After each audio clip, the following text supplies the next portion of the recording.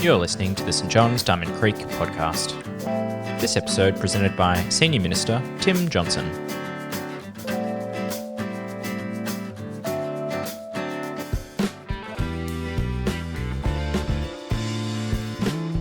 Reading from Job 38, 1 to 21, and from Job chapter 40, 1 to 14.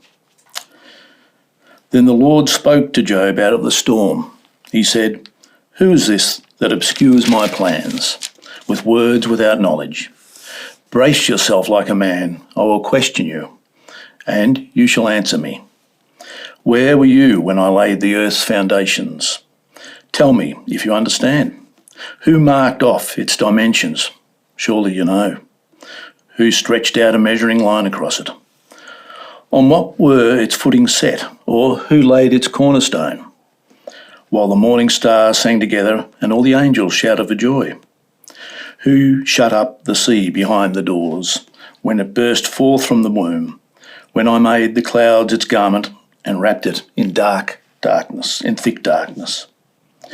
When I fixed limits for it and set its doors and bars in place, when I said, 'This far you may come and no farther, here is where your proud waves halt.' Have you ever given orders to the morning, or shown the dawn its place, that it might take the earth by the edges and shake the wicked out of it? The earth takes shape like clay under a seal. Its features stand out like those of a garment. The wicked are denied their light, and their upraised arm is broken. Have you journeyed to the springs of the sea, or walked in the recesses of the deep? Have the gates of death been shown to you?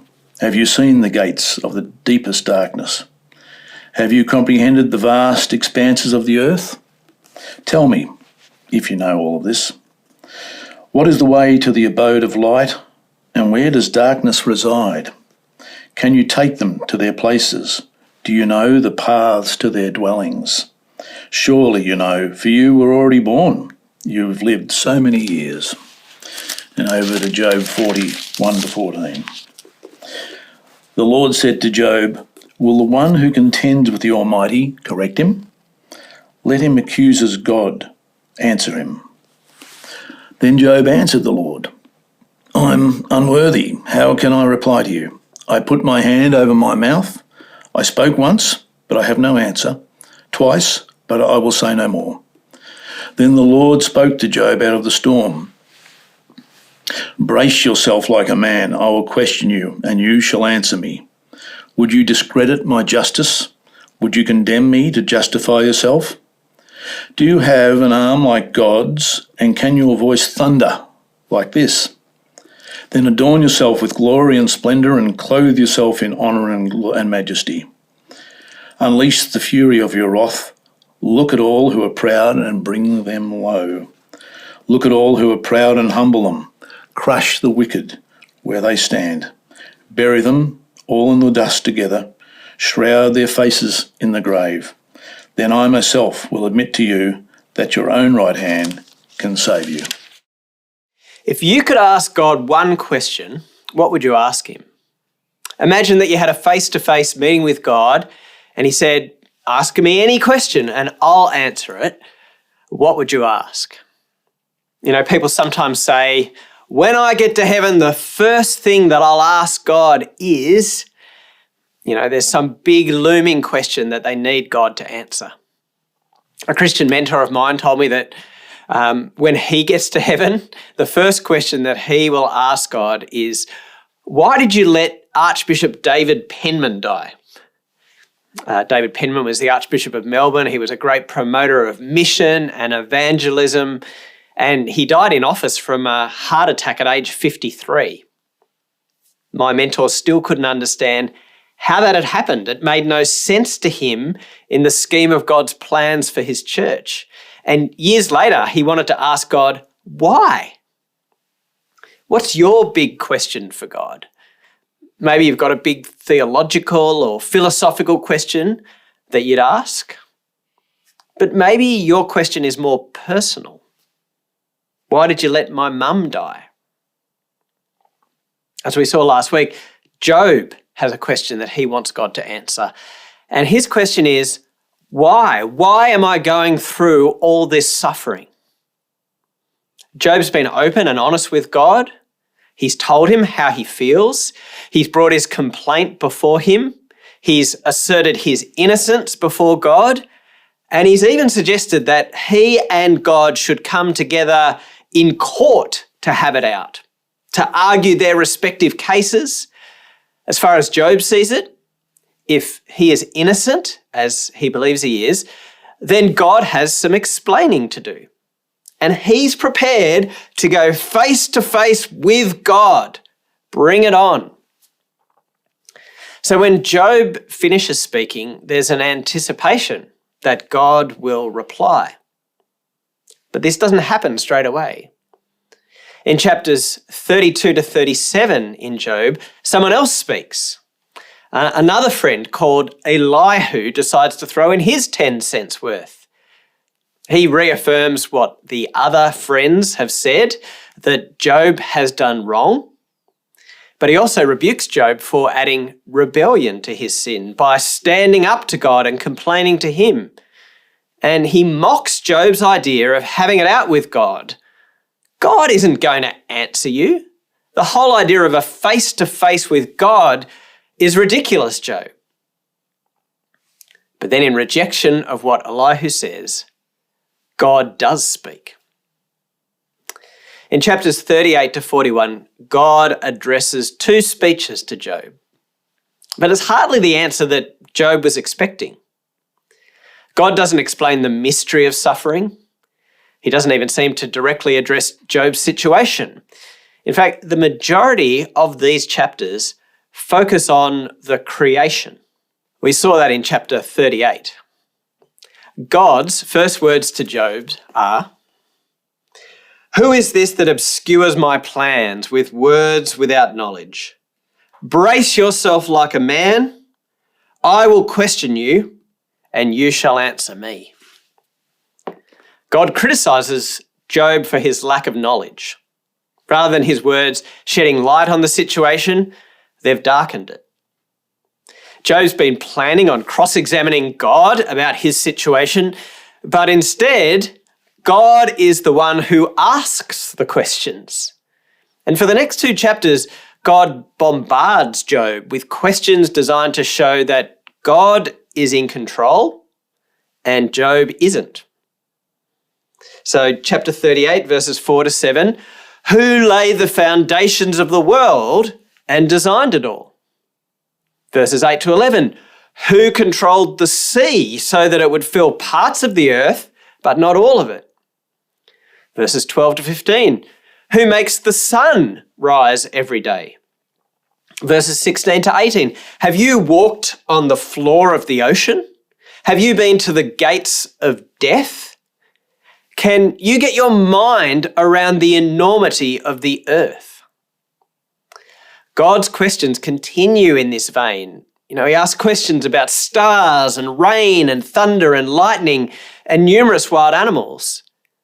And the purpose of it all seems to be to show Job that the world is a complex mechanism. It has lots of moving parts. And there are parts of the world that don't even seem to make sense. Have a look at chapter 38, verses 25 to 27. Who cuts a channel for the torrents of rain and a path for the thunderstorm, to water a land where no one lives, an uninhabited desert, to satisfy a desolate wasteland and make it sprout with grass? See, if I was in the driver's seat of this world rather than God, I'm not sure I'd do that. What's the point of sending rain to the desert where no one even lives? But God does that. Or in chapter 39, verses 13 to 18, there's this rather comical description of an ostrich. Why would God create such a ridiculous creature as the ostrich? If I was in charge, I might have left that out. But God didn't. It was part of his purpose for the diversity of creation. So in this first speech, God aims to expand Job's mind. He wants him to think about the complexity of the physical creation. He challenges him about whether he made it, whether he fully understands it, and whether he can control it. Now, this question of control comes up again in God's second speech. There, God draws attention to two creatures, Behemoth and Leviathan. There's been lots of debate about what these creatures actually are. Are they real creatures, possibly the hippopotamus and the crocodile? Or are they mythological creatures, which people at the time would have believed in? Well, whatever the identity of these creatures, the point's the same. These are creatures that are beyond human ability to tame or control, but God holds them in check. He made them, and he can control them. And see, that's the vast majority of God's two speeches. They focus on the creation and its complexity, on the fact that God made it, he understands it, and he controls it, and that Job and we humans don't. It's not what we were expecting as an answer from God. And to be honest, you might feel that it's a little unsatisfying, right? We want to know why God allows suffering to happen, not about the magnitude of creation. And we might be left asking the question, what's the point of all this? Well, the closest we get to an answer is at the start of chapter 40. This is the start of God's second speech, and it's the middle of the entirety of all that God has to say to Job, which in Hebrew thinking is often where the heart of a matter lies. At the start of chapter 40, God invites Job to respond. You wanted an argument with me, Job? Well, then you need to respond to what I've said. But Job has nothing to say. He puts his hand on his mouth and he says, I'll say no more. So God continues. And in verses 6 to 14, he speaks not this time of the physical creation, but he speaks about justice and morality. This is verse 8. This is what God says to Job. Would you discredit my justice? Would you condemn me to justify yourself? All the discussion between Job and his friends have been about who's right and who is wrong. The friends have said, well, God cannot do the wrong thing. Therefore, Job must have done the wrong thing and God is punishing him. And Job's reply has been, well, I haven't done anything wrong. Therefore, God needs to give me an answer as to why this has happened. I want to go face to face with God so that I can show that I am right and that God has punished me unjustly. Now, in both of these systems of thinking, there's this implicit belief that either Job or God must be in the wrong. But what if neither of these things is true? In verses 9 to 14, God challenges Job to punish the proud and the wicked. Is Job able to exercise judgment on all those who disobey God? Is he able to punish and even kill them all? You see, there's two problems here. Firstly, can Job physically do it? Is he strong enough to bring justice to the earth? But secondly, is he able to do it justly and fairly? Has he got the power to discern who the wicked are, to discern what punishment they all deserve, to balance justice and mercy? And now we see the point of all God's talk of the physical creation. God asks, do you understand and control the physical universe? What makes you think then that you understand all the complexities of justice and morality and suffering? Do you want to be in charge of those issues and sort them out your way? There's a depth and a complexity to the way that God runs things in the world that we're not privy to, and perhaps we couldn't even understand if he explained it to us.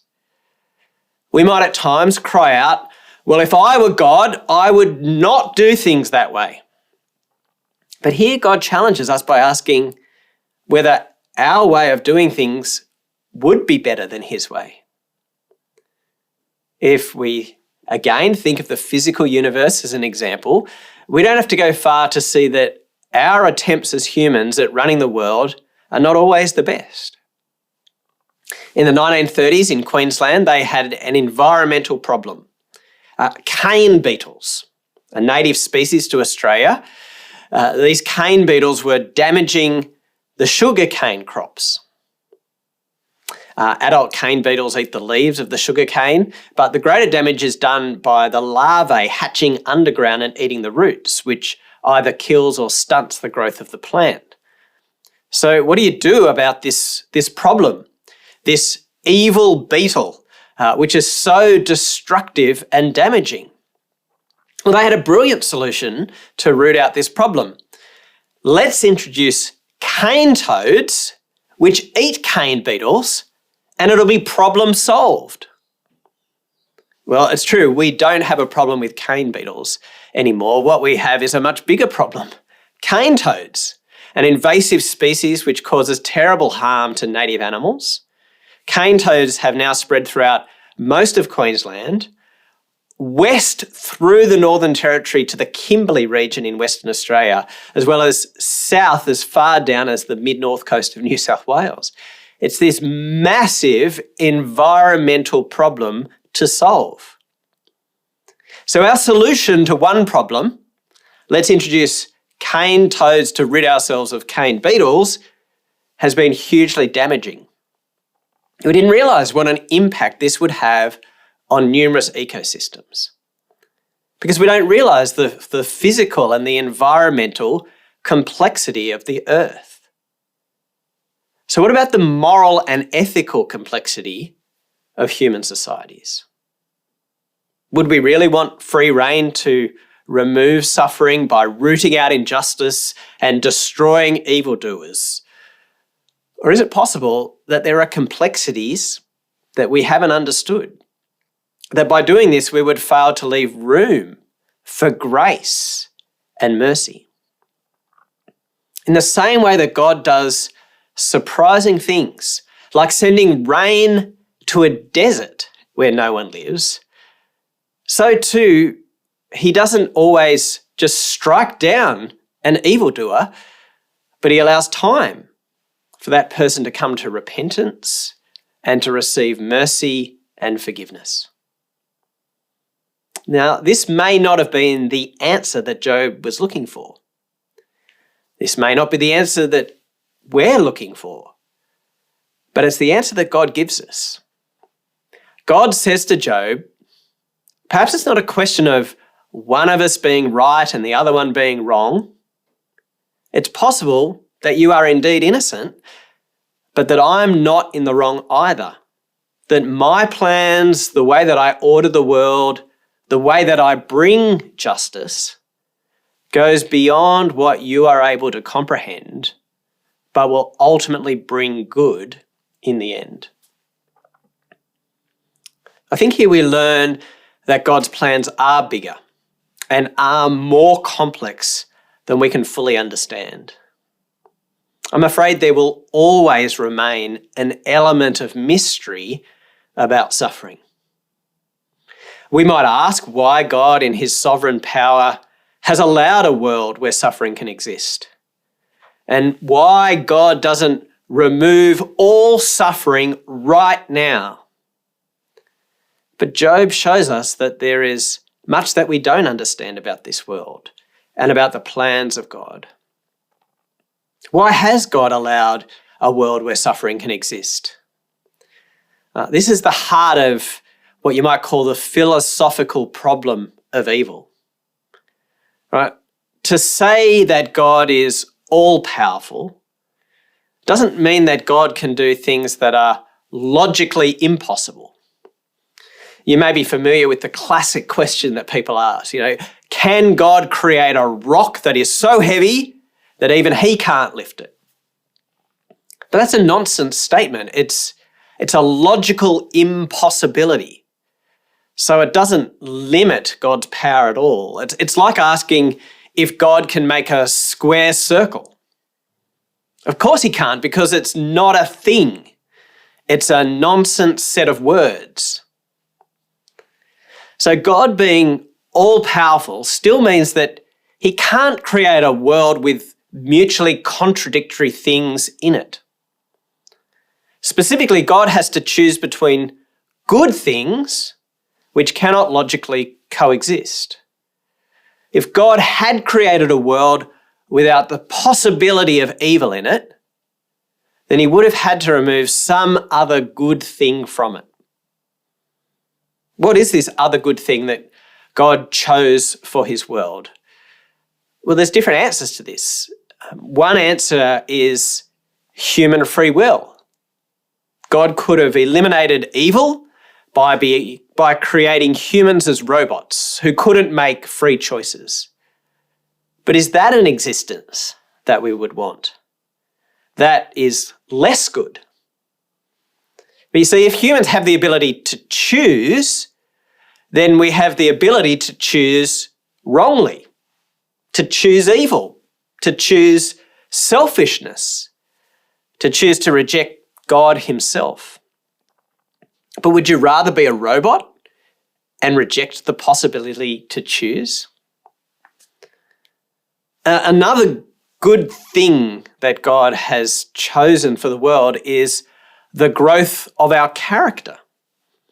It's often through adversity and persevering through difficult times that we grow the most and develop good character. Lots of people who've been through terribly hard times say, well, I wouldn't have chosen those circumstances, and I certainly wouldn't wish them on anyone else, but I wouldn't change them either, because they've grown me into the person I am today, and I'm thankful for that. My friend Mark spent a year lying in bed with chronic fatigue. It put his whole life and career on hold. But it also changed him in profound ways. It gave him a depth of empathy, compassion, and patience that were tangible.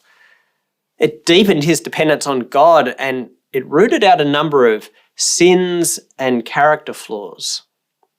He was noticeably not the same person at the end of that terrible experience, but it was for the better.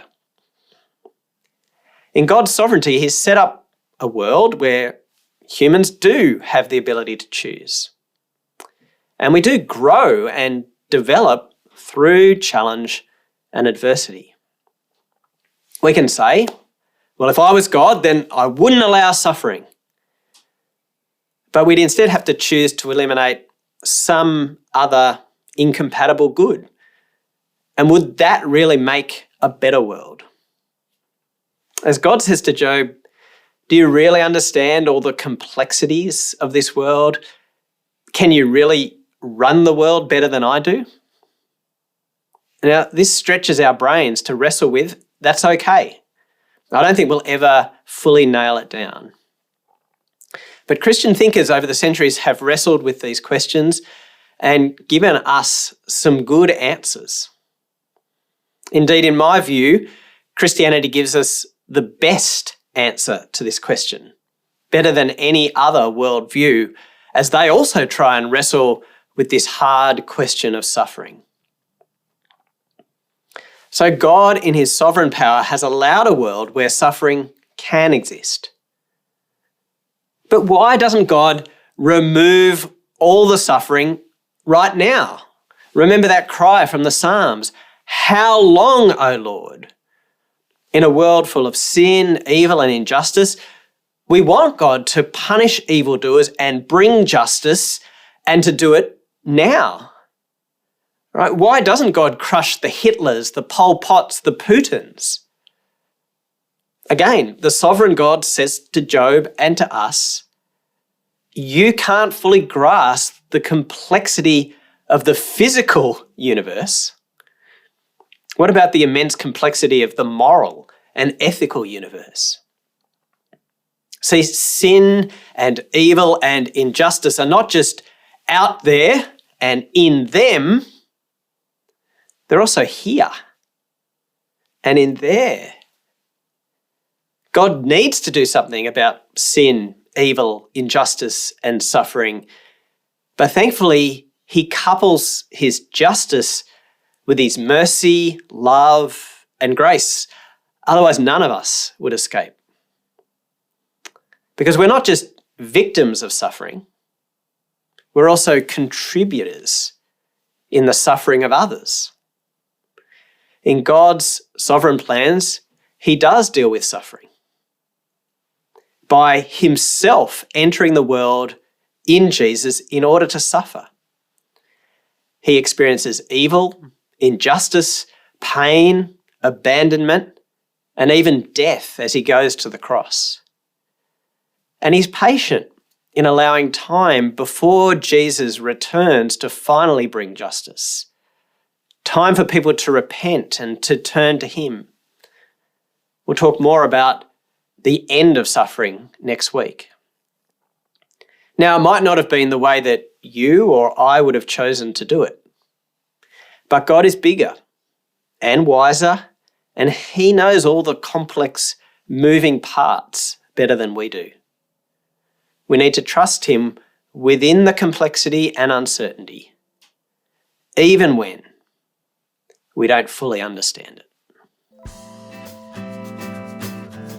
Thanks for joining us. If you'd like to subscribe to this podcast, you can do so in Apple Podcasts, Google Podcasts, Spotify, or wherever you get your podcasts from. Just search for St. John's, Diamond Creek.